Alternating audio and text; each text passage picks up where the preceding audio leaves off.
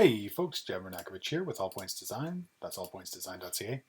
And today we're going to be taking a look at the Oregon State University Permaculture Design Course Report Template Personal Survey and how to fill it out. So again, anything that's a yellow text, we're going to double click and we're going to insert. So I'm going to insert my name. Let's do the full name. That sounds good. Then we're going to put in my age. And then we're going to put in current occupation, so land and life designer.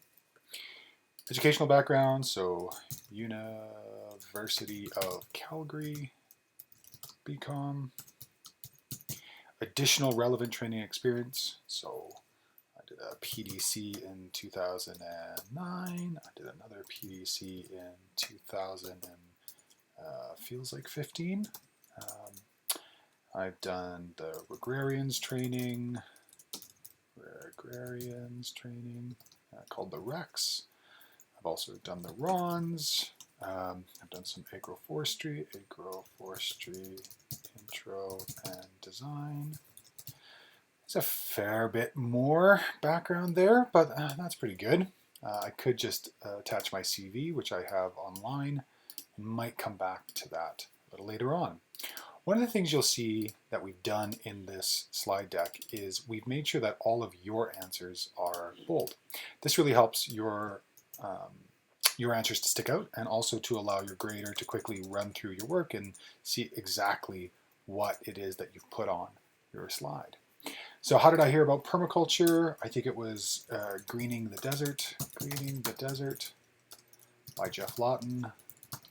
Back in, I think 2006 or 2007 at a dinner party in Edmonton, Alberta, Canada. So I'm going to bold that.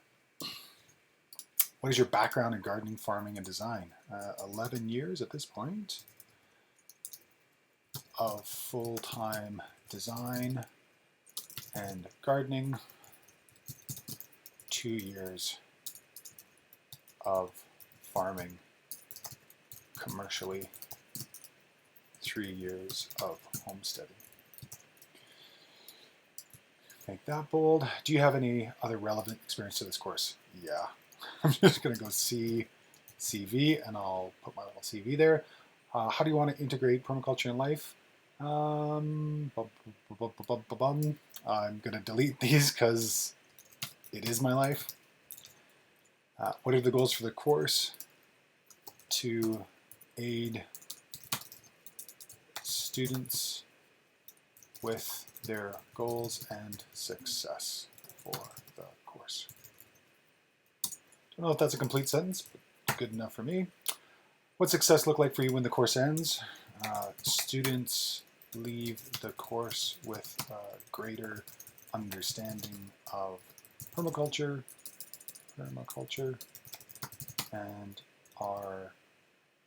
and feel the ability to start to make mistakes and take action.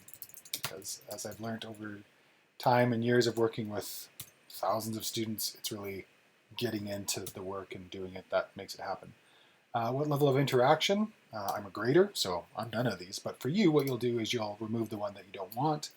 You'll remove those, let's say, and leave master, and then you'll just turn off the highlighting, transparent. Expectations. My expectations are to be present to student needs and help when and where asked. So here's a great example of something that we haven't come across yet.